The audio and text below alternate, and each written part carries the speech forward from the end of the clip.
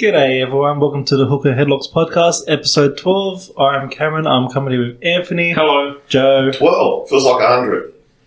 John. Hey. Archie. Hello. And we'll start off with the usual. Anthony, what are we having today? Smoking lime, grapefruit, and tornado. What brands? Yeah. Oh, sorry. Social smoke lime, malaki. What's it called? Malachite. What do you call me? Malachite. What did you call me? Malacca. Oh, well, I know everyone else is in Greece. I don't have to be in Greece at the moment.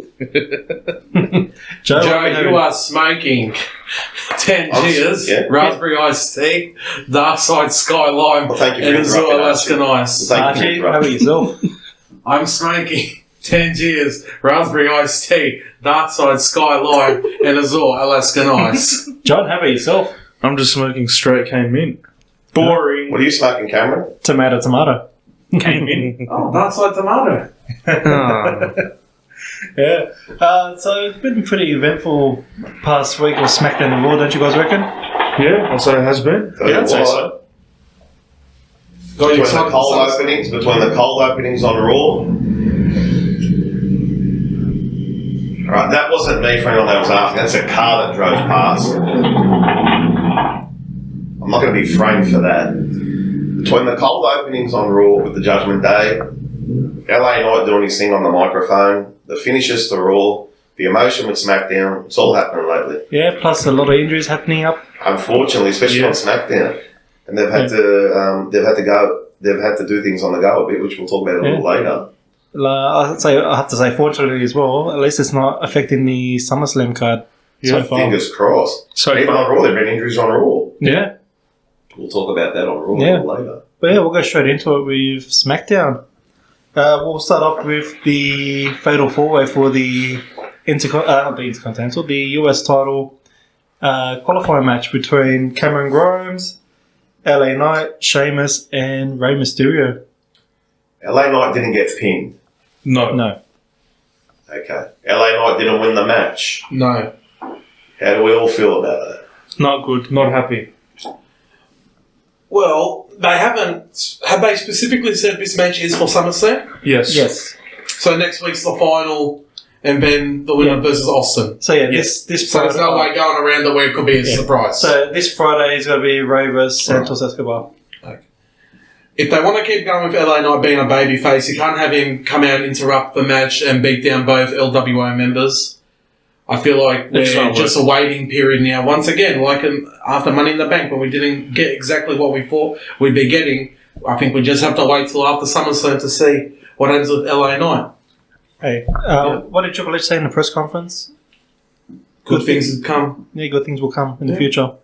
Is this now leading to more towards a LWO storyline?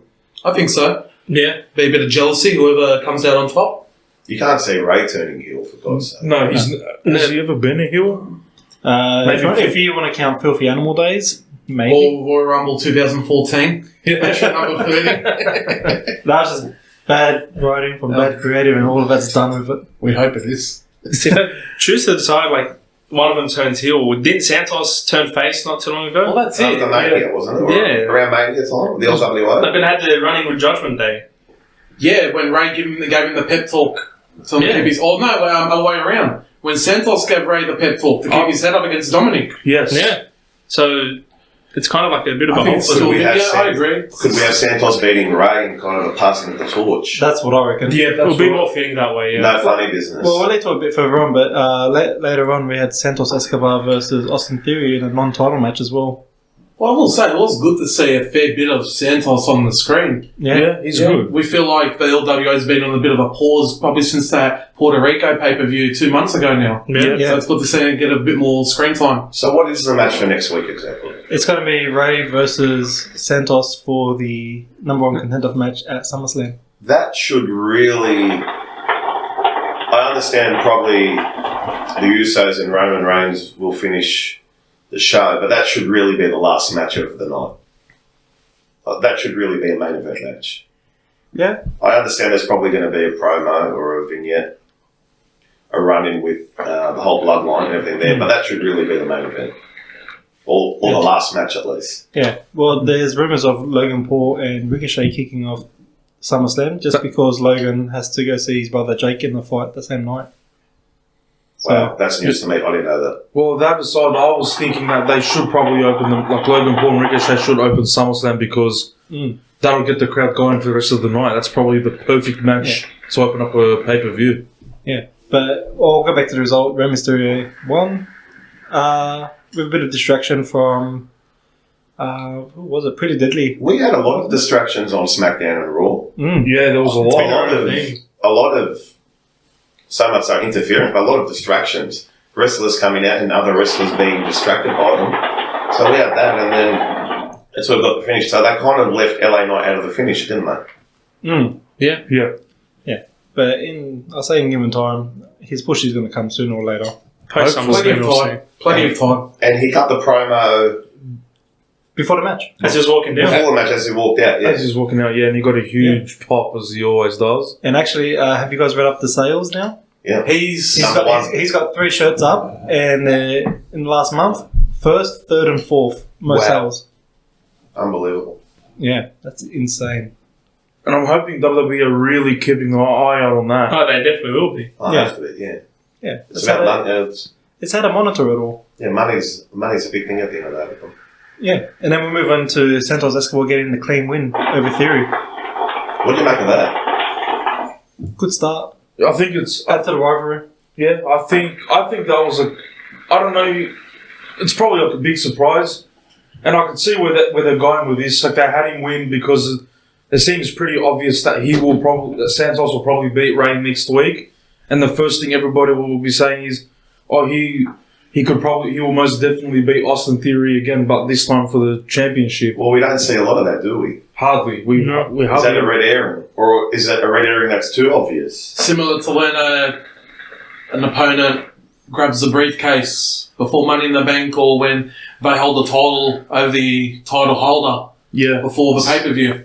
You can see when there's been a World Heavyweight Championship or a WWE Championship in the past, they might have a tag team match a week or two before, and the champion gets pinned. And the champion gets pinned to the heel, and especially it's a heel, and we usually have a face. We usually have a face getting the better of a heel before a title match, the event, or before the title match. So, the more I think about it now, I know Archie kind of winked at it before. Could there be a run-in or a no contest in that match next week? I'm still sticking with it's Theory's time to lose. I think there needs to be a title change sooner or later. Yeah. And you've heard the reports, WWE are pushing hard to get a South American to be a title holder. So it could potentially happen soon. Yeah. So there you go. Yeah. And Ray doesn't need to win any more titles. So. No, he doesn't. And it's good to push a new star. And actually, one thing I want to bring up, I thought Santos was never going to be a face the way he is, but it's working out. Yeah, it is. When you pair with probably the most babyface wrestler of all time, it'll work out. Surely it has to rub off onto you. Mm-hmm. Yeah. There was even a backstage segment with Dragon Lee and Rey Mysterio. I saw that, yeah. But it's another one that I should be bringing up soon. Add another member to the LWO. Maybe. But maybe that you can't have too many in a faction. I feel like 4 is the magic number. 4 maybe, and 5 is probably pushing it. If it's managerial, but we'll move on. We had a decent match with Charlotte Flair versus Io Sky. That was a great match. Good to rev it up. Charlotte Flair. Good to have her back in the ring. I know she's gold on the bike, but she just adds that flair. Yeah. I tried to get around it, but you can't. There's no other She way adds to- that flair. It's great. Like, no pun intended. Bailey at ringside, Yeah.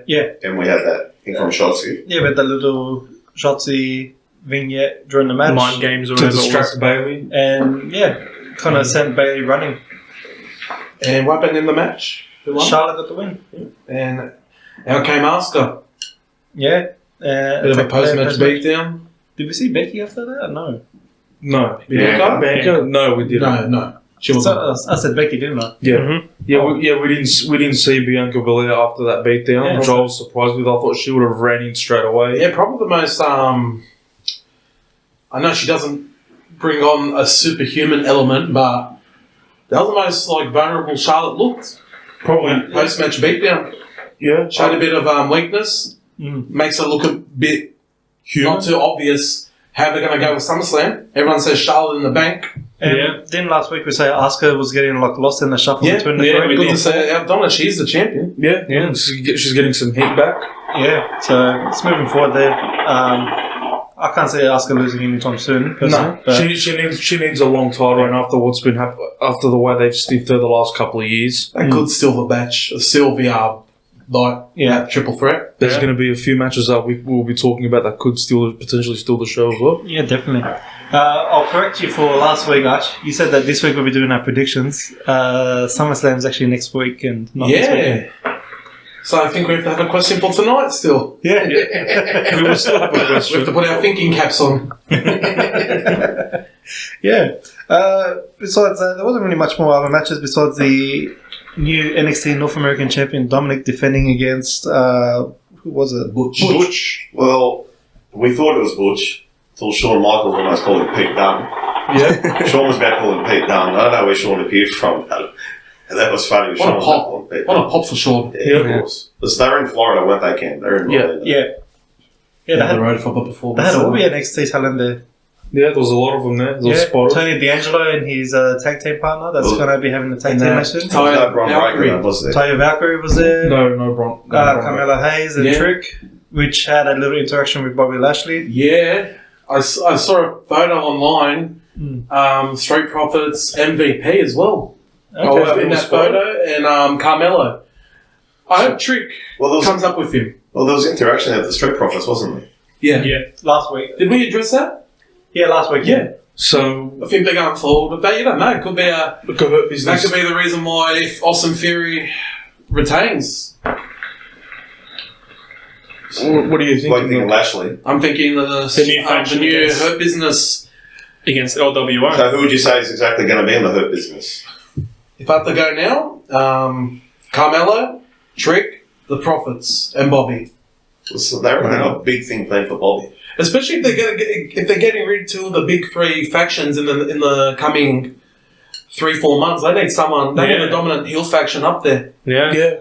Because especially for Survivor Series with War Games. Well, I don't think they're doing that this year. Oh, they're not going to be Survivor Series. It's gone back to the Survivor Series. Yeah, okay. Must have been War Games got 2 over last year, Cameron. Keep it special. Don't advertise it like they did it for Elimination Chamber and Hell in a Cell. Bring it out when it has to come out. Yeah, I agree with that. It's a good call. I want to say that's another NXT Invasion Survivor Series. Oh, that was epic. It's a whole new generation, so why not? Well, they did that. Like, when their backs were literally against the wall, they had to call them up, and they overperformed. Yeah, they outshined the main roster. It was nearly a clean sweep, wasn't it? Because we do have an Roman won it for SmackDown in the triple threat. When he pinned Keith Lee, wasn't it? Yeah. Because we do have an NXT pay-per-view coming up, Great American Bash. Yes. Yeah. And a certain someone that hasn't had that first match yet for 3 years that we've done. Been a former center for 3 years. Yeah, is finally having his first match. That's the Detroit promo for SummerSlam. I love that poster, by the way. So that's actually a good poster. Think about it. Olympic hero. Oh, Gable. Gable's finally having his first match with Corbin. You know what? Give him. Poor Baron Corbin, he's going to be fit to Gable, but you know what? They finally get Gable the other way around. They reckon Corbin's going to beat him. You reckon? How do we trust what they're going to do, Baron Corbin? I think Gable. They want to push Gable. They got to. But the thing is, it's actually common for NXT debutees to lose their first match on the main roster. Yeah. That seems to be the rationale why they think Corbin will win. But it's Great American Bash, so it'll be NXT. It's not really main roster, so maybe... No, even then. So many people have made the NXT debut and lost. Maybe we'll probably have to wait and see with that. Yeah. Be interesting. But we'll go back to SmackDown, and we had the Rules of Engagement with Jay and Roman. The Elders. Yeah. It was their idea, apparently. Who are the Elders? They'd have to be Rikishi. Who else would... The Scotty Tahati. Who's the other guy? And this will be Anthony's last segment on the podcast. Yes. Everyone, just comment your farewells at the end of this. Everyone in the chat. It's nice talking to everyone. Just put a rose in the comments on YouTube, please. Yeah. We need Anthony to go back to his Tetris games. Gone but forgotten. But come on. No. But we got a little glimpse of Roman doing a little J and saving him from the Samoan spike. That's respect for, what do they call it? Tribal combat? Yeah. So Anything that's goes. the rules before it, there's supposed to be no physical harm to either competitors. Yes. So Roman showing respect to the elders. So are we led to believe there's going to be an actual stipulation on the match at SummerSlam? I think it's just going to be a no rules match. Like a no I think DQ no match. DQ, no count out. Force count It's anyway, maybe. it's probably just going to be like another version of It a has to street. end in the ring. It's just going to be another version of like a street fight, I'd say. Are we led to believe one of the elders is going to be at SummerSlam? Whether it be Rikishi or The Rock? I'd imagine. I get I the don't Rock. think so. If there is going to be an order of appearance, it'd probably be Rikishi. It makes complete sense for Rikishi if there's going to be. Well, we've said it for nearly a year now. How many segments have you thought this would be perfect to finally add Rikishi in to these segments? But we never see him. And We still thought nothing. Yeah, it's almost up there with The Rock now, where we feel like we want to see Rikishi, but we might not get Rikishi at this stage. I guess we're still to believe Roman's going to lose at WrestleMania 40, so they have to keep a couple of things up their sleeve. Yes. But yeah. They did announce this is for the title, correct? Yes, it's Okay. for the title, and the winner will also become the tribal chief. Because Roman let down his lay put on top of the title. Yeah. Yes. Yeah. That's for all the marbles. Yeah, but overall, Solid SmackDown. Yeah. Eventful, a bit of forecasting, Very foreshadowing. very little matches last couple of weeks, hasn't it? 3? Was it 3 this week? Yeah. SmackDown, it was probably 3. But at least everything's a storyline based. Action packed. Everything's storyline, everything means something. There's meaning to everything. That's Build what I on was the going to show. say. Like, everything that they're doing makes sense for the pay-per-view. Yeah, but yeah. Overall good show. It was quality. Yeah, definitely quality. But moving on to Raw, we had the kickoff with Judgment Day. The cold open once again. Yeah. Welcoming us to Monday Night Raw. Certainly their show at the moment. They do run Raw. Yeah, they do run Raw. Yeah, that's what Rhea Ripley keeps reminding us every week. Well, soon enough, I think they're going to hold everything at the moment the way they're going. They're going to hold all the gold. Did Dominic get a word in again? Yeah, he actually, He got some words. he had to actually talk over one like as if it was Vicky Guerrero. Yeah. At least this time, he's talking over them. He's Good not to see he's learning from his mum. Yeah. I was literally going to say that. He took a leap I had out to of think his... about that for half a second too. And once again, he defended the NXT North American title again. Yes, Sammy. 3 title defenses in 2 weeks. He's channeling his inner Ric Flair from the 1980s. Every night of his life. Yeah. But yeah, good segment with Sammy and KO once again. I'm not sure when KO got injured. Was it prior to the show or Prior to the Sammy's match. Are we talking storyline or in real? He's actually really injured apparently. I think that happened last week. I think he was injured last week. Yeah, so but they must have played into it for the next week. Because I think there was a bit of heat from the match last week. So we don't have a match yet for Sammy and KO at SummerSlam, do we? No. Not yet. Yeah. Not yet. And we're pretty deadly injured as well, or Elton Prince. Yeah. Could be delaying the inevitable. That does The inevitable. Yep. Editing that. So when do you see that go on camera? With Sammy and KO, if KO really is injured, at least for the next few weeks. Good question. Or have they defended their titles on a pay-per-view since they won at Mania? Yeah. Backlash. They defended against Roman and Solo. A backlash. No.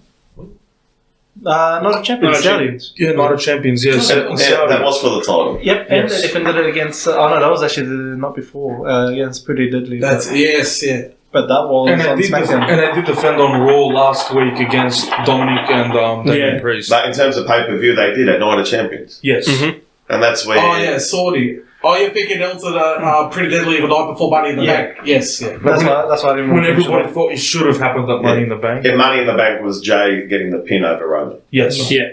There were no titles involved there. No. But we'll move into the first match. We had Zoe Stark versus Becky. And Becky won. She got to challenge Trish at SummerSlam. We'd have to assume it's at SummerSlam. And no tattoo. Yeah, no tattoo. No tattoo, no thank you, Trish. Tell you what, it was Solid a match. solid match. Yeah. I arguably thought that could have been a match at SummerSlam. That's obviously Trish. I know I ask this every little bit, but do we think this is... SummerSlam will be Trish's last match for a while? I'd say it's probably her last match, and then she'll probably retire for good. Or do we see a blow-up between Zoe and Trish? Because it's certainly hinted at that on Raw. Well, if they want to write Trish off, maybe the night after SummerSlam, Right Zoe after. comes out. And Zoe comes to help her Maybe at Trish SummerSlam. bullies her, saying, "Oh, you cost me the match." Then it goes into Zoe finally having enough of Trish bossing her around. And then Yeah. attacks her. Yeah. Yeah. Be a good call. Anything could happen, but 3 manhandle slams to defeat Zoe, which is Kept her strong. kept her very strong. Yeah, like with Zoe Stark, she's definitely more than holding her weight on the main roster. She's looking really good in every match. Almost a powerhouse. Yeah. The way they've been booking her. I still got high hopes for her. I think after Ripley gets dethroned, she'll probably be the one to take over whoever's face. Yeah, she'd probably be the next heel champion in line, I'd say. Yeah. But yeah, we'll see how we go from there. And then we had the North American title match between Dom and Sammy. It was another decent match as well. It was probably Dominic's best match. Using KO's injury in the storyline. Sammy got distracted through the Yeah. match. Yep. But yeah, not only that, but like Dom's looking so good in the ring lately. Comes with the confidence. Yeah, He has been for a while. It's like I've been saying. It'll just come with time because I even mentioned this as well. A lot of people have been saying that his ring work isn't the best, but it obviously comes with time. The more time he gets in the ring every week, the better he gets. And I think I just said it a second ago. It was probably the best match he's had so far. I think so. I think it was. Bedivere. Would you say Bedivere Ray against Mania? It's probably up there with it. Probably not as emotionally charged, but But more about the in-ring work. yeah. That was Dom's best match. Like last apart from week. a slight botch where he was trying to counter the Blue Thunder Bomb, it was a very solid match. Yeah. Like, it's good to see that he's improving. Yeah, definitely. And then we had the Cody Rhodes cut a promo on Brock Lesnar segment. He mentioned his dad was Dusty Rhodes. Yeah, We haven't had that in a while. Yeah. first time First time since I've heard of it. it's the first time since before Mania, I think. Yeah, I think that's when everyone knew it was catching on too much, so I had It to was tone a it down. meme. It was- Yeah, I didn't want to say, but yeah, it was a meme. Yeah. Well, this time he spoke about his mother as well. Brought up that Dusty and Terry used fireballs. Yeah. It was going back a while ago. But again, See, I know we get into our predictions next week, but how can you see this feud finishing? I'm sure something will happen on Raw. I this think week. there has to be a stipulation. It just can't be a straight one. Who wins? Cody. has to be Cody. The rivalry has to finish at With Cody. SummerSlam. Yeah. And if you want to give someone a push, it has to be Cody. Brock Lesnar doesn't. No, he can't be champion until. Brock doesn't need. He doesn't need No, championship. it doesn't, Oh, that not even that. It stipulation. just doesn't have to be on Raw. On Raw, holding a feud. He just keep him until the Rumble after this. It's just like a special attraction. Uncle Howdy said something. Mr. Rhodes. Uncle Howdy What On about Twitter. tweeted. Mr. Yeah. Rhodes. Mr. Rhodes, what's that about? Well, Could potentially be making a return soon. because like me and Cameron had agreed on it. We both, even before this report that I'm about to mention, we both believe that we will be seeing Bray Wyatt at SummerSlam. And there was a report that came out and said that Bray Wyatt could return at SummerSlam to possibly cost Cody the match, and that will start a feud. Do we actually know why Bray Wyatt was late? They said physical. Physical and mental. Mental, yeah. And when they say physical, what are they talking about? Injuries. They're not talking about Injuries. injuries. I don't think they're talking about I don't think it was injuries. injury. So what is injury? So you're He- talking They're about not in having his shape? body. I think His conditioning? I think he had to have surgery for something. Yeah, so he wasn't 100% going into the LA night Yeah. feud. So it's not as if he was out of condition off his own accord. No, he's always been that, and we've always accepted that for what it is. So I don't think it had anything to do with his body. It seemed to have been an issue in 2020 though, when he was well into that Firefly Funhouse gimmick. It seemed to have been an issue then. I think it was. Considering how heavy he was about the promos and the backstage segments. I think Yeah. I think he had Theatrical regressed to a certain extent into the Firefly. Well, it's only how long until his body catches up to him, the way he carries it. Like, he's a big guy, but he does move around pretty versatile, but eventually that will catch up to you. Yeah. I will ask, say Bray does come back at SummerSlam, and he feuds with Cody. So are we just to be comfortable with Cody going over Bray because Cody has to finish the story? And what happens to Bray Wyatt? So that's the thing. He goes back to the Eater of Pins. Which we don't want to see that. Does he come back with that Uncle Howdy gimmick Well, either, I think which so. he shouldn't. Yeah, he shouldn't, but I feel like if the tweets are starting already, are we led to believe already, Bray's coming back, going to versus Cody, promos are going to be out of this world, but we all know what the story's going to be. That's how negatively geared we've become with Bray Wyatt. We're already thinking about, wait a minute, who's going to win the Cody and Bray feud? Bray could potentially win it. Like, Yeah, but then that places the whole part of Cody's story. Cody winning the title, which he's always wanted to do. And we wanted to Does do. Cody have to win every Well, that's what I was just about to say. he doesn't Like, have to win every feud. Then every program? like, look at John Cena in 2012, which I've said for the last 3-4 months, it's almost a carbon copy how they're booking Cody's redemption story this throughout this year. John Cena in 2012 lost nearly all of his pay-per-view feuds. Ziggler, Laurinaitis, CM Punk.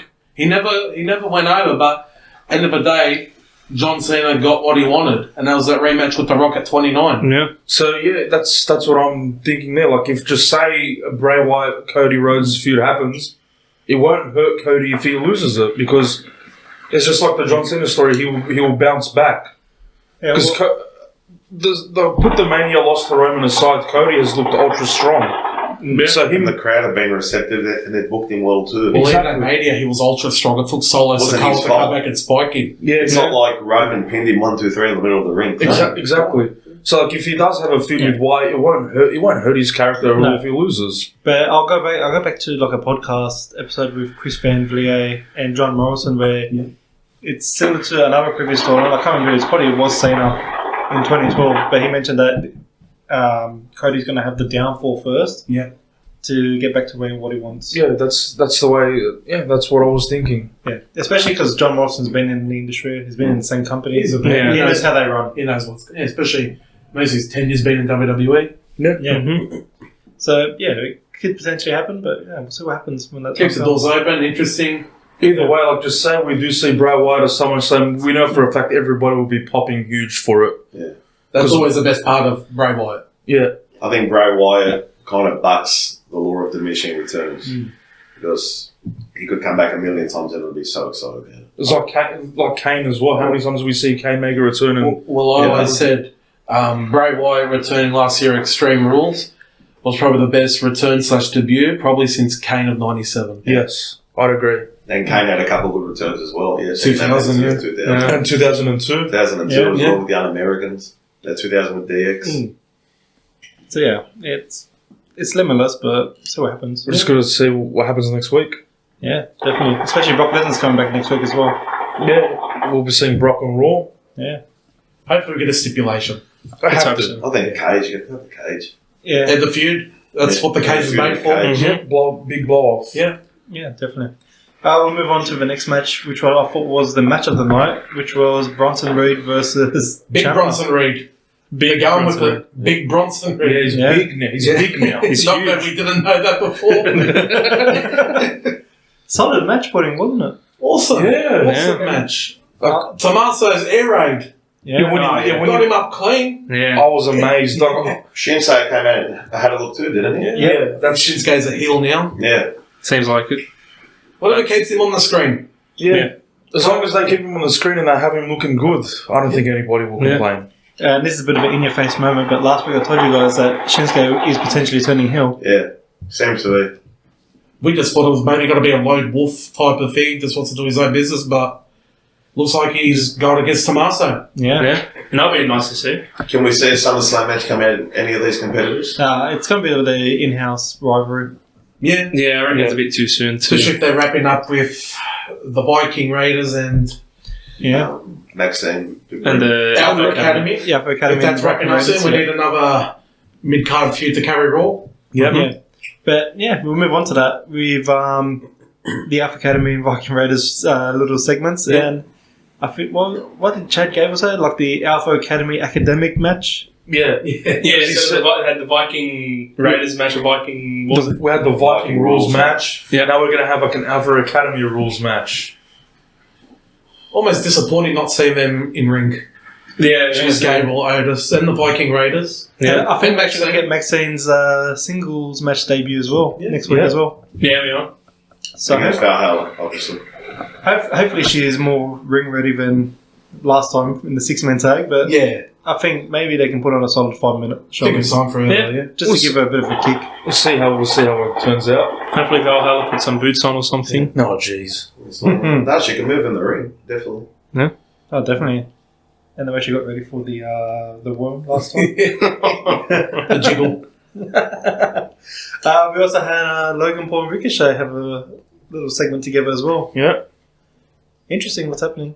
It's the most interested I've been in Ricochet. Yeah, it's probably... Well, we haven't been able to be interested in Ricochet for a little while. Yeah, I know it's a bit harsh, but with a bit of purpose. Because this is easily the most meaningful program he's been given since he's been on the main roster, I think. You like this, Cam, probably since his Prince Puma days back in Lucha Underground. Yes. It was a Good old Puma. It was a great promo by Ricochet, very fired up, very emotional. Call me crazy, but could this lead to Ricochet and Logan Paul teaming up as a tag team? I can't see. The Flip Brothers. I can't see that. I reckon Logan's too much of a heel right now. No, but call me crazy, but like it's all about like showing respect and earning the respect. Could Ricochet and Logan Paul shake hands after the match? Possibly. I just say Logan being too much of an egomaniac. Yeah, he's too like blowing him off, saying I'm too good for you. Like, he's too arrogant and all that. Yeah, I do think Logan as well, though. It's not on the contrary with Archie, but I do think Logan as well. The crowd will take any chance once they get it to cheering. Yeah. That's my Yeah. Especially when you go back to that pre-Money in the Bank promo, he had on top of the ladder. He was almost downing the city of Cleveland, but they were still cheering everything he said. Yeah. He knows how to work a crowd. Well, they were cheering him until he flipped his promo to then rat on Cleveland. Yeah. Kind of turned it on the crowd there. But that was definitely an insight. So, are we led to believe it's going to be a spot fest?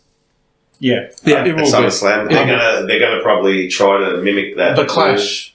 The mid-air clash. At Money in the Bank. Oh, yeah. Royal Rumble. And Royal Rumble. Yeah. But that move that they kind of didn't exactly execute at Money in the Bank. Yeah. I think we might get close to an Adam Cole Ricochet match in NXT. Similar. Or even Carmella versus Ricochet as well. Yeah, just that high-flying, Yeah.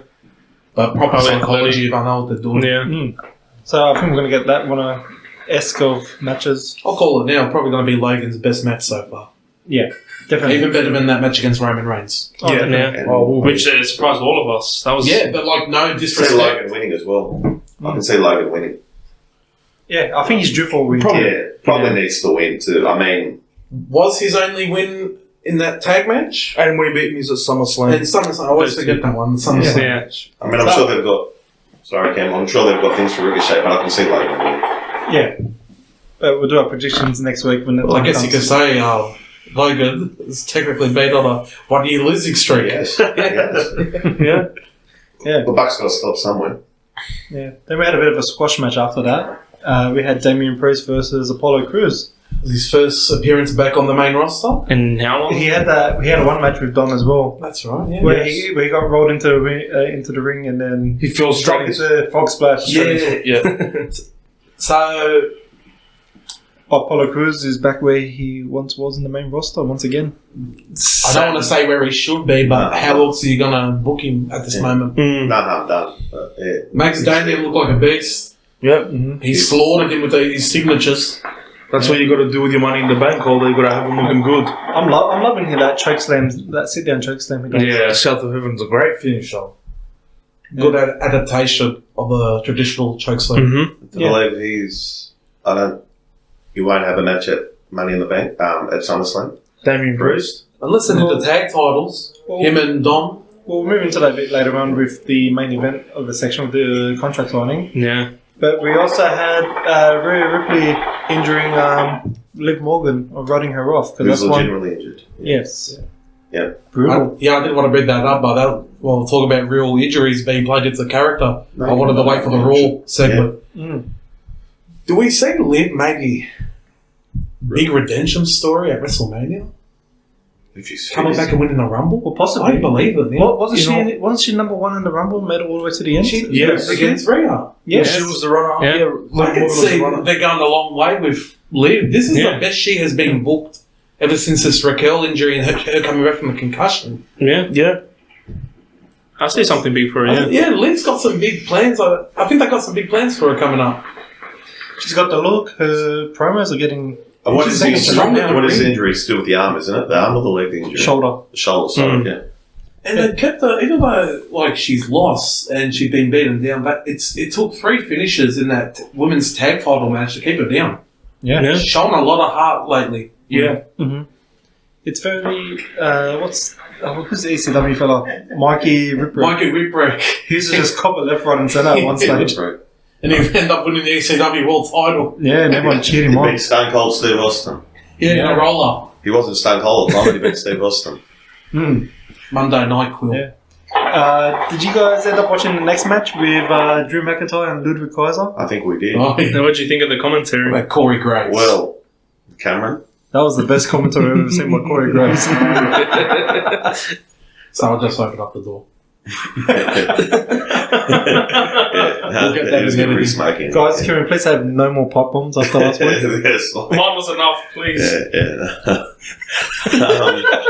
So we're led to believe now, is McIntyre a valid...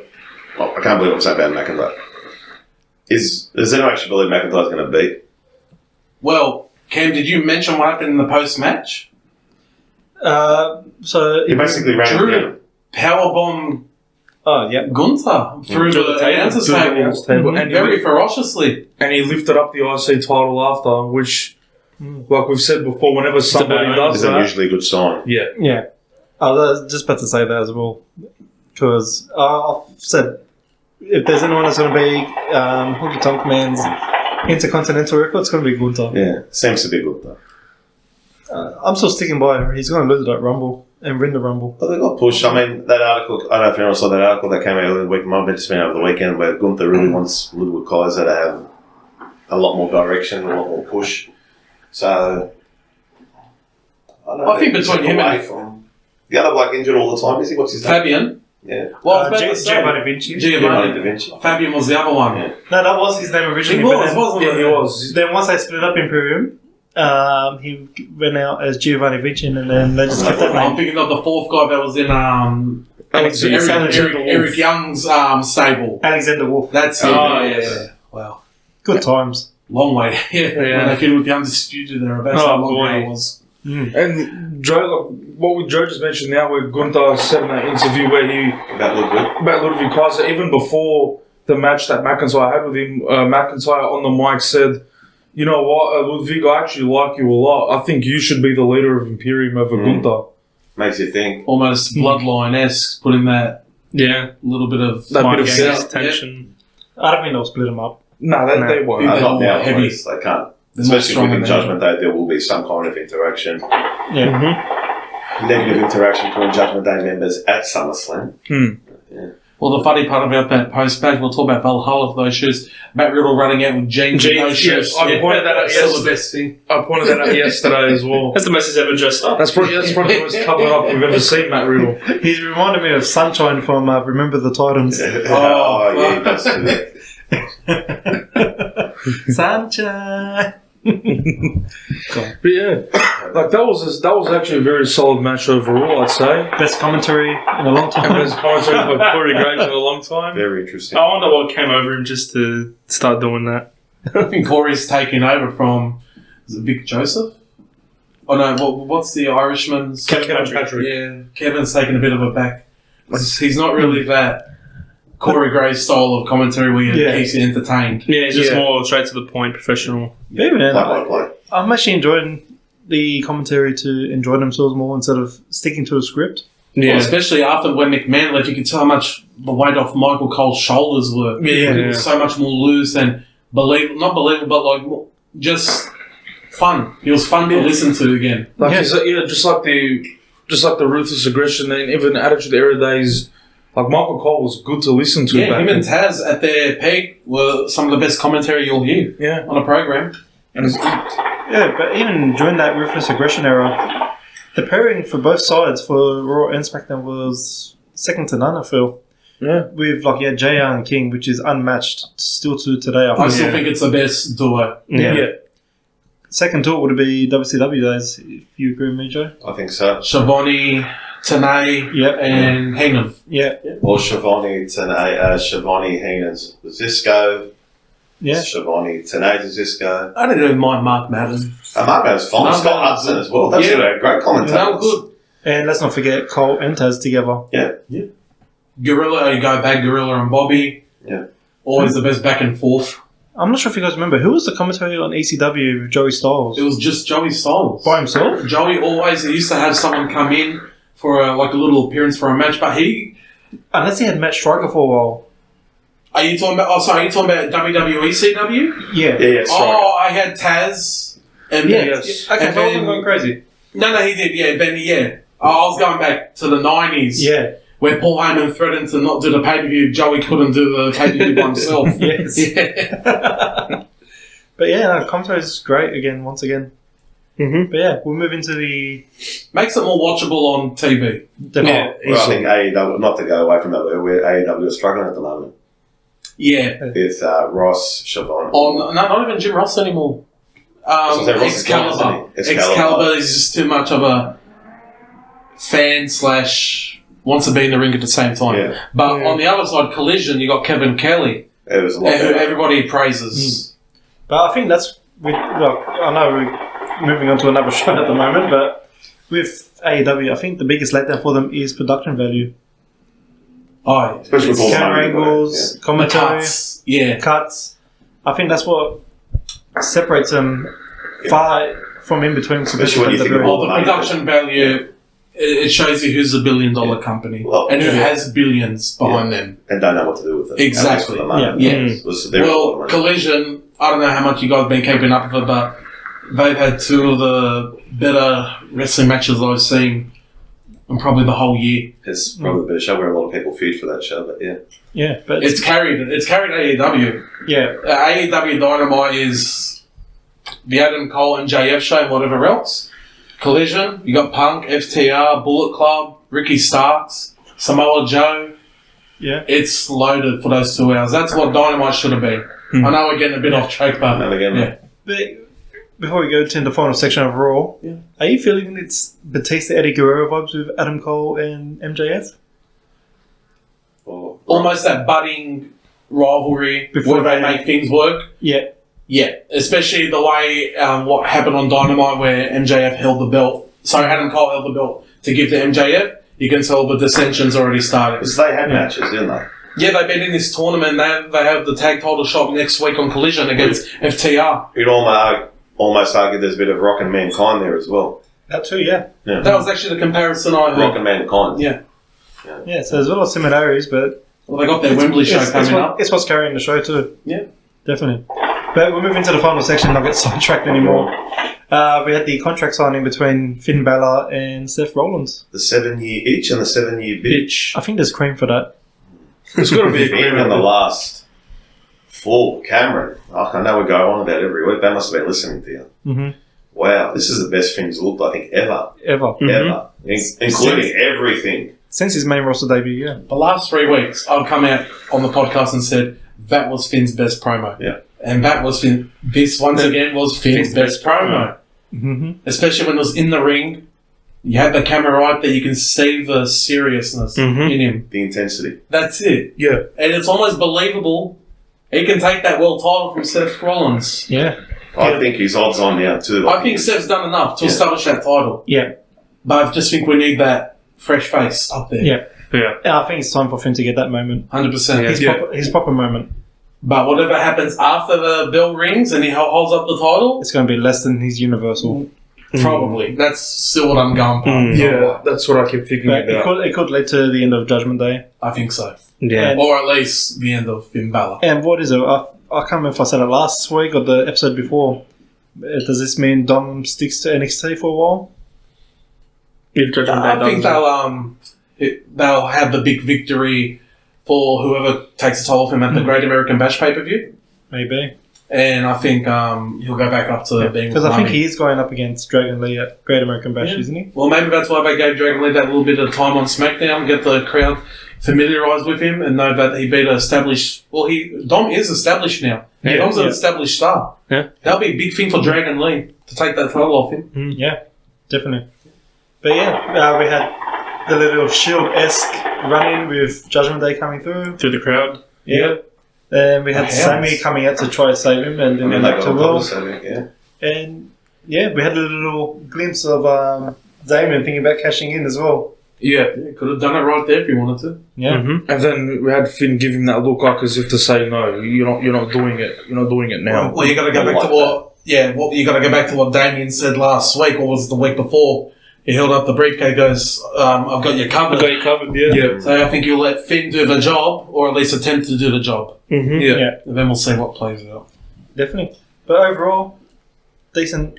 Action Another week once again. Yeah. Always good. Yeah. Like with last week, it didn't feel like it was 3 hours. Yeah. That's what I said last week. The week before was almost a drag. Yeah. Like it's that post pay-per-view Raw where It's a bit everything needs to warm up still. Yeah. But they kicked into full gear. But to me, Yeah. this is reminding me of like Attitude Era, Ruthless Aggression Era, where we could watch it every week and we would just... And something always happens. We're always Yeah. glued to the seat now. Yeah. You don't want to miss anything. Even the backstage promos, you don't know who's...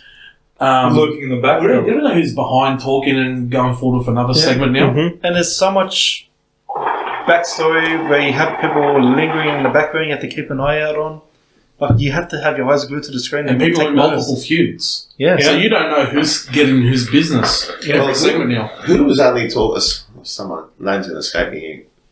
Who was only talking about Michael Hayes, and just they just keep echoing it because he's got a lot to do with the bloodline, Yeah. Yes. the storyline there. Like, they always said that he was always known for it, but even the in-ring action that he's having an influence on, Mm-hmm.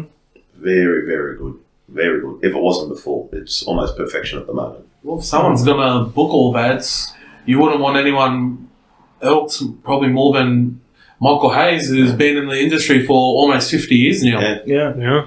Yeah. I would never would have pictured him to be where he is now. No. Especially keeping up to date and knowing what we want to see. Yeah. So he'd be well into his 70s. 70s. He'd have to be into his 70s. Yeah, because he was in his 30s when he was in the NWA with the Freebirds. Yeah. So, yeah, He'd probably be. Yeah. pushing at least late 60s. He looked like in his late 40s, early 50s, 20 years ago. So it'd be late 60s, At early least. 70s. I think at the very least. Yeah. But shout out, once again, I think shout out to Michael Hayes for Well, he's doing it. producing Keep Like the fact that he's some of the best content we've seen in 15, 20 years now. like the fact that he's actually keeping up with the modern mind of wrestling fans, and he's giving them what they want. Yeah. Even with Triple H as well in charge, like can't deny him either. Almost a full year now. Yeah. And That's just stretch over Coming up for you. Yeah, 2 This weeks is the and it's a 1 year. full year. It was the 1 year anniversary through the week of Vince. That's right, tweeting that the tweet. thing. Yes. Forever. Yeah, that lasted long. yeah, It lasted longer than what I thought it would. But yeah, I'll finish off tonight with a question once again, and we'll do a 2-part because you can't just name one. Yeah. Because it's different eras and whatnot. But who's your most, in your opinion, your most underappreciated or underrated star post 2010 and pre 2010? I go off for post 2010. I haven't really had a thought for pre 2010. Even if you go like most underutilized or one that you felt like should have got more. For me, the obvious one for post 2010, I'd say maybe Dolph Ziggler. Like, he did do a lot in his time, won the World Championship, the Intercontinental, but over the recent years, we've barely seen much of him. Like, we miss him. For me, I'd say Wade Barrett, kind of shot in the dark, but he was great. That's a good call. Even with him coming out with the new Nexus whatever, even afterwards, Bad News Barrett. what was it the League of Nations? League of Nations. Yeah. I don't like to talk about it, but I wish they had something more in plan with him. Like he had it all for me. So is that for your post 2010? Yeah, What about, pre. you can even do other show. You can be TNA or... So I did watch TNA back then. Who comes out to me? What's his name? Fucking Suicide. Which one? Who was the original Christopher one? Daniels. Is he the original one? Christopher Daniels. Christopher Daniels. So you're talking about his Suicide's original run, Yeah. which was Christopher Daniels. Yeah. Yeah. They were teasing him up. Was it the X Division? Was there Cruiserweight? Yeah. Yeah. X Division. I can't remember if he won it. He won it, but I feel like there was so much you could do with that character since he was literally just advertised their video game. He was the main character in their video game. Yeah. That's basically why they created him. Yeah. But then we had multiple iterations of him. TJP was one of them. Yes. I think it was the last one. Yeah, when he turned into Manic. Yeah. Ah, yes. Austin Aries, when he tried to cash in the X Division for the world title against Bully Ray, 2013. He won the match under Suicide. Wow. Yeah. Austin Aries. Yeah. I heard that name. Also, Frankie Kazarian played Suicide. Oh, wow. Kazarian as well. Yeah, 2009, 2010. There Wow. was 4 or 5 people that played Suicide. Yeah. Because I knew there was multiple people. I knew TJP, I knew Christopher Daniels. But Kazarian, wow. Yeah. Joe, how about yourself? I'm going to take a periodic approach to the answer, and mine's going to be based on a wrestler at a certain time who wasn't used or who I thought wasn't the best ability. Is that okay? Yeah. All right. I'm going to go with Rhino in WWE. Yeah. Oh yeah. my god! Yeah. Like, he should have been used a lot. I don't know if there were circumstances there, personal circumstances, creative circumstances, but you consider when he came over in 2001, he should have been used, and he should have been in a lot more main event worthy feuds than what he was. He was in the inaugural brawl. After that, he That was flew the down. main event. Yeah, he flew down into the mid card against Jericho. Not that Jericho's a mid card talent. But Rhino, for me, has to be. Post 2010, I don't know if you guys are going to agree it's an acceptable answer. I'm not sure. It's got to be, and this is a bloke who won multiple titles and was in the main event scene for so many years, but to me, it's got to be CM Punk. Yeah. In what way was What he? makes you say that? 2013, well, not headlining a Mania. That, it had, like, is that, As to the reason why he walked out. yeah, is that So on he's the same, underutilized then. same line of questioning? That has to be CM Punk. That is fair considering longest title reign And he never made over a year and a half. He never main evented the pay-per-view Yeah, unless he was involved with John Cena. Cut his Yeah. title short for The Rock. Yep, had to turn heel for no, Keyword had just to. to Had get to. the title off him. Never getting that main event world title match, whether he won or lost or was champion or challenger. Which eventually was the reason he was fed up. That's where my answer comes from, guys. Is Yeah. that an acceptable answer? And also, yeah. you have to go back into his when he did the podcast with Colt Cabana. When the only pitch they had for him at It's a WrestleMania match with Triple H. was Triple H. That's right. And it's funny because that's a bloke that was a multi-time world champion. And was still underutilized. Still, yeah. Because he was always he was never considered, even though he was WWE champion, they never considered him the guy. And Seth would have helped a lot. 2015, Seth. That probably shows where I thought CM Punk would have had a few good matches. He would have helped a lot those barren years of 2015, 16. I say barren, but you guys know what I mean. 15, 16, Boring. 17. That was 17, boring. yeah. That was a boring era. They wouldn't have been like that. Roman, I mean, we get Roman now. I guess it's sliding doors and glass half empty, half full, and 6 degrees of separation, and the butterfly effect, and say whatever you want. But because we've got Roman now and we're unbelievably giddy over it, but it wouldn't have been like that 2015, 16, 17. No way. No. No. John, how about yourself?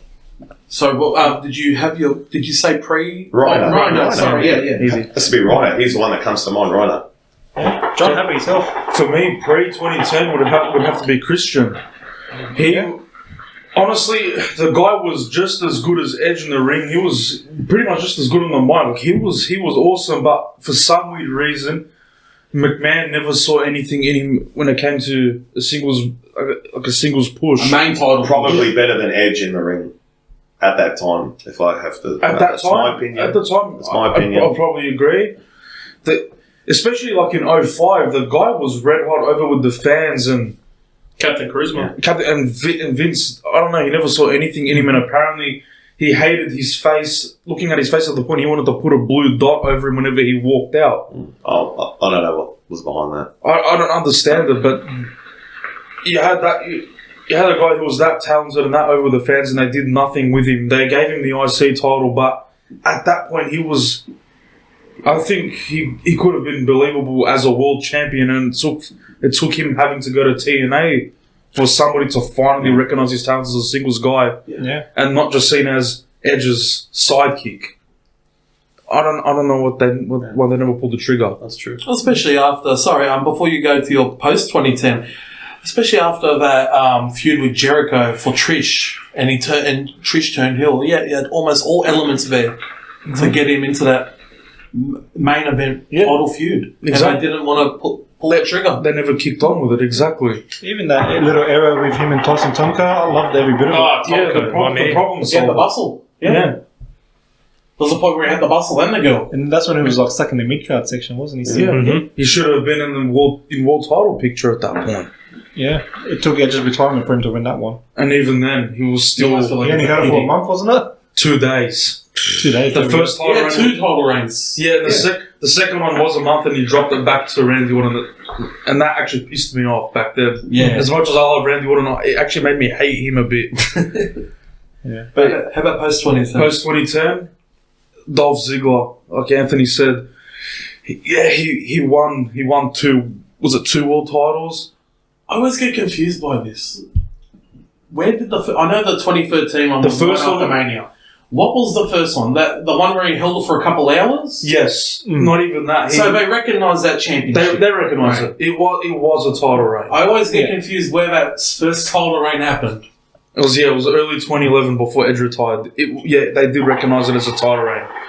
So he had those 2 title reigns, but the first one obviously lasted a couple of hours, if that. And the second one, he got injured. It was the concussion, and after the concussion, they never ran with him again. Yeah. They never had the trust with him. Yeah, they blamed him for getting injured, and they never gave him another world title push. And especially after ending the Authority, or at least we thought it was going to end the Authority at Survivor Series, albeit with the help of Sting. We thought, okay, he's beaten the top heels. This guy has to eventually make a push for that world title. They never gave him one title. They fired him in kayfabe the month after. Yeah, that's what I was about to say. Yeah, it's a joke. It was a very stop and start. We had moments where everybody thought, okay, he's going to get his push now. And they never went on with it. And then Survivor Series 2014 rolled around, and he beat the Authority. And then my first thought was, holy shit, Dolph is going to get a world title shot now. He's probably going to win the world title. Had those great IC matches with Luke Harper, but that wasn't helping him. That wasn't boosting him up. No. It wasn't doing any good for his stocks. No. No, definitely not. Even though the matches were great. The matches were great, but they still just... I don't know what kept holding them back from pulling the trigger with It was Dolph. a concussion. I still believe, to this day, after that concussion, a year and a half before, they never trusted him again. But how many other guys got injuries that were worse than that one, and they still kept pushing that guy? I don't agree. Because the guy was great, amazing in the ring, great on the Still mic. is. Yeah. Still is He's great at consistent. everything. He was He's like- consistent. A lot of people say, make this comparison, they say he was Shawn Michaels 2.0. I still see it now. I can see why people say that. There was an argument there. And I don't know, they just never saw him as a top guy, even though he should have been a top guy because he was worthy of it. It's true. Yeah. And then it's just they've made him out to be like a joke for how many years now? But yeah, no argument there at all. Dolph definitely deserve more than he bargained for. How long did that second title reign last? A month. A month? Probably 6 weeks. Against Del Rio. And they did the double turn, which was booked well, but then Yeah. they still never really did anything with him after that. That's fine. Yeah. Archie, how about yourself? Pre-2010, I don't have to think too much about it. I have to go with Matt Hardy, 2005. Yeah. Oh, yes. Coming off whatever happened in his personal life, the fans were with him, but they never... JBL always said it. This was always used to irk me. Watching all these old pay-per-views now, JBL always said Matt Hardy was a main event waiting to happen, and we never got it in WWE. Never. He had the story, he had the believability, the mic skills were better than Jeff. Way better than Yeah, Jeff will always be the most popular one and the more exciting one, but Matt had the believability he could be the world champion. He's more gritty. Yeah.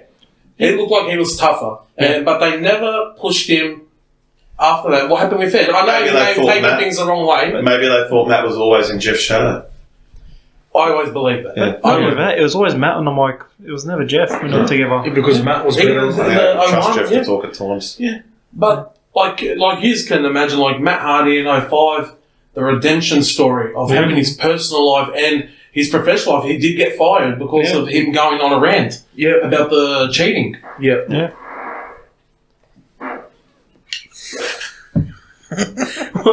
Joe, what did we say about pipe bombs on this podcast? Nah, that was My phone. that was the door. That was a draw again, you reckon? Alright, Cameron, was it you? No. Definitely wasn't me. The look on Joe's face Wasn't me. But anyways, Alright, Archie, what about post 2010? I'm going to check into 2. Okay. That's I fine. got 2. Please tell me what I'm thinking of. 2012 Ryback.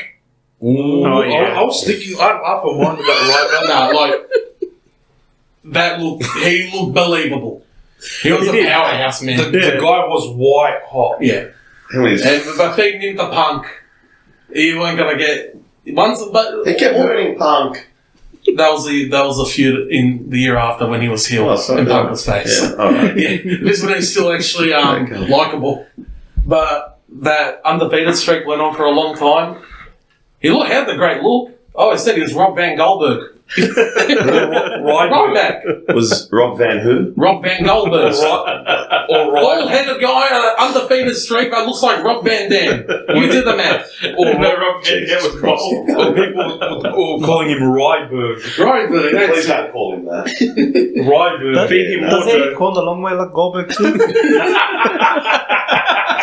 Joe doesn't remember. I'm sorry. I'm a dumb shit. Please don't compare me to The other one for post 2010, because he was a personal favourite of mine in TNA, especially when he went away from his tag team, Bobby Roode. Yes. The it factor. Talk on the mic, works as a heel, works as a face. Great look. Triple H 2.0, especially that Spinebuster. Mm-hmm. Looks so good. We thought the sky's the limit for him. NXT But even though the limit for him was the NXT title. And not only that, Remember what they called him? Remember what they called him? The it factor. Rob Van Der Sex. Rob Van Der Sex. Is that Edwin Van Der Sar's long lost nephew? another comparison as well, given with looks as well, was Rick Rude. Yes. Oh, the later gimmick. He had the robe and the mustache, and he Until changed you- his name to Rude. Until you look at the spelling of the surname. No, they changed it for a bit. Thought it was, They yeah. changed it for a bit. No, It was right. Rude. R-U-D-E. Oh, did they? Yeah. I never Only knew. last- That's what I said until you look at the spelling of the And surname. the stash. Yeah. But his, especially that look he had in the Survivor Series match against Triple H, it was like the worlds were colliding, the alternate universe. It's nuts. It looks so good, but I don't know, maybe there's still a bit of hope. The age, like we say, the age could be affected, but look at LA Knight, we're waiting for him to get his push now. He's Yeah. nearly 31. And Damian Priest is the same age as LA Knight. He's 40. Is he? Damian Well, Priest is he was 40. on Ring of Honor for a long time. Priest was been around for a long time in the Indies and Yes. got his school up. So that So, proves pre-2010, I have to go with Matt Hardy, and post-2010, I was about to say Goldberg, Ryback, and Bobby Roode. How about you, Cam? I was going to underutilize one that I really liked in WCW days, which was Norman Smiley. Hey. We need a video. Coming soon, video podcast. We'll let that pipe on go. But Norman had such a talent in the ring. And he even was working in the Performance Center for a while too, from what I remember. He was a trainer. Yeah, Only until very recently. yeah, He might even still He be might there. still be there, but he's not head anymore. No. yeah. But if we want to go a bit more recent, John Morrison. Is that your post? No, for Yeah. pre. Yeah. You can count as post. You can count it. Yeah, it was in that awkward time where it's in between. I've got a better one for post 2010. Yeah. Rusev. Oh, man. yes. They fell into That John was- Cena. That was that was bad. that was the biggest miss out of everything. With Rusev Day as a heel, face, they lost it all. Jeez, I'm Being surprised. fed to Lashley. I'm surprised Rusev. That was Being bad. fed to Lashley. Oh, every that week. Lana storyline was Yeah. terrible. He never got one over. They didn't know what they were doing. He man. never got one over. Is him. that 2019? Yeah, just Yeah, before that lockdown. is- Yeah, lockdown. Yeah. Well, that explains it. Speaking of that, Lana and Bobby Lashley thing, did you guys remember Randy Orton and Corbin's reaction to that? What was They that? reacted to it? When they saw Lana hooking up with Bobby Lashley on the stage, Yeah. you had Corbin and Orton where the commentary table was at one stage next to the ramp. Yeah. and they're looking onwards, and they're just like, ooh. It's like high school over again. It was one of the best things I've ever seen in my life. That was probably the only good thing to come out of that storyline. Actually, that's another post 2010. Corbin. Corbin? I was tempted to say. I'm still leaning more to Rusev because he was one of the hardest acts. I feel like he's more finishing WWE than Corbin. There's Yeah. still that little ray of hope for Corbin. Yeah, definitely. I'm still surprised nobody even mentions Cesaro. Man. Was McMahon right? Was he too Swiss? Honestly, Cesaro was a missed thing as well, but I agree with Vince. He didn't have that it factor. He didn't have Mind it. skills. That too. Yeah. But you could have just given him a manager. He had everything but the it. I didn't even mind that when he ripped his suit before the entrance. That was pretty cool. Yeah. What about the arm thing he does when he... Yeah, the battle cannons. He had a couple of those gimmicks. But not even that. The hottest thing Cesaro's ever done was him being with Sheamus. We are the bar. The bar. Yeah. Besides that, has he been hot anywhere else? Well, when he won the Andre the Giant Battle Royal. When you say that he's a Ring of Honor champion right That now. was meant to be his push. Yeah. Don't forget, he even beat Seth Rollins at Mania too. Yeah. And He that came was out the meant to be the night big push. And the night after, And- the Paul Heyman guy. Yeah. Yeah. Not only that, after he beat Rollins, he had the title match with Roman and then just got lost in the shuffle once again. Straight away. He got released. Yes. Yeah. Yeah. He got released after that title match, didn't he? Mm. So a lot of the NXT call-ups, if you want to count Cesaro as an NXT call-up, but yeah, majority of them have been a big miss. But I think Rusev was the biggest one. Yeah. Could you say Bray Wyatt's been misused, underutilized? Yes. No, he's definitely been misused. Heavily. Okay. I don't agree. Are you still looking to the future, though? Not into the future. Almost like Corbin. This will be category. if we're going into a post 2010 era of currently, then definitely it'd be Bray hands Yeah. down. But Like over 2010, the years. no, Okay. Yeah. because through NXT, through the main roster until the end of the Fiend, He was booked on the mic always, right? yep, Mm-hmm. everything was done perfect. So I can't put Bray in It was the just future. it was just because of the fact he pretty much lost every major feud he was in. He was probably the most misused match of all time Yes. against Seth in the Hell in a Cell. Hell in a Cell. God, it was bad. And when he lost to Cena at Mania 30, that's another bad one. That's what I was saying. Was he? I Actually- said Rusev. Yeah, Cena put down the engine on two up-and-coming wrestlers in a row. Yes, 2 Why years. haven't Was it they- his fault, though? Was it Cena's fault? I'm just saying it's Yeah. timing. Yeah. Coincidence will see. And like when it came to those matches, like What's the They heels? waited a year later and had Bray Wyatt and the streak rather than I Bray. always say that's the way it should have been. that should have been my pick because that would have been the passing down the torch and Of course. to start the new streak. Yeah. yeah, Yeah. But didn't Bray lose to Cena before that as well? Mania 30. 30, same night. So I don't know. I was just about to say, like when it came, just like with Bray Wyatt and Rusev as examples, before those matches, surely Cena would have had enough like pull to say to Vince, I reckon I should drop the match to these guys, put them over. Probably would have Probably been. Vince overrode him. Yeah. Mm-hmm. It was still that time where last call was Vince. Mhm. There was no ifs, ands, or buts about it. Well, Vince probably always would have been last call anyway. Vince always cared about what Cena was doing, but Cena never overwrote what Vince wanted him to do. There was the Nexus match, 2010 SummerSlam. Yeah. Cena heavily, forced his creative on that match. It's not going to work for me, brother. Yeah, definitely. But yeah, just to wrap up the end of the night, Joe, would you have to Is shoot another us? pipe bomb? Like, share. That was someone else's pipe bomb. Might have been that card gunner again. Like, share, subscribe, comment. Do what you got to do. Get us out there. We're trying to get. John's been trying to get himself out there lately. John, a bit of self-development. Oh, Archie. no. Archie's pipe. No, oh my God, no. I miss Joey Maroon. Smells like Come on, man. Shout out to Joey Maroon. Where would we be without him? We all I miss him. hope everyone's enjoying it. We'll drop I that hope everyone's enjoying it. I hope everyone out there's enjoying it. I had a couple cousins phone me over the weekend who are a little bit older. Honest, what's Anthony laughing at? I have cousins that talk to me. What's so funny about that? Something else. And they were actually saying how much they enjoyed the content and all that, and then they can't wait until we get into a stage, maybe one day where we talk about historical pay-per-views and things like that. So I just really love to hear John Bermillen's voice. I don't blame him. Yeah. Not only that, we've actually hit 20 subscribers now on YouTube. Yeah. Another 30 more. I think Party at the establishment. It's a small milestone, but it's a milestone at the end of the day. And It's not much, but since it's everyone's in honestly- Europe at the moment, we'll actually be doing this show from Mykonos next week. Yeah. Anthony's been working on his tan line, so that's very exciting. You got a have, Brazilian? It's Well, very noticeable. we'll have cameras set up, so that'll be good. Tune in. Definitely. But yeah, Thank you. More to come in the future. More to come. But next more, week- more to cop. Yeah. Goddamn. But next week we'll give our predictions for SummerSlam. For SummerSlam, Can't yeah. wait. Wouldn't it be funny if the week after is SummerSlam? They delayed a week just to delay us. You never know. The day before, the day after tomorrow. What was it? Yeah. Watch this space. Yeah. Watch this space, everyone, for now. And wash your face, Anthony. Thank you. Thank you, guys. Good night, everyone. Bye, everybody. bye, bye, bye, bye. Bye. Bye.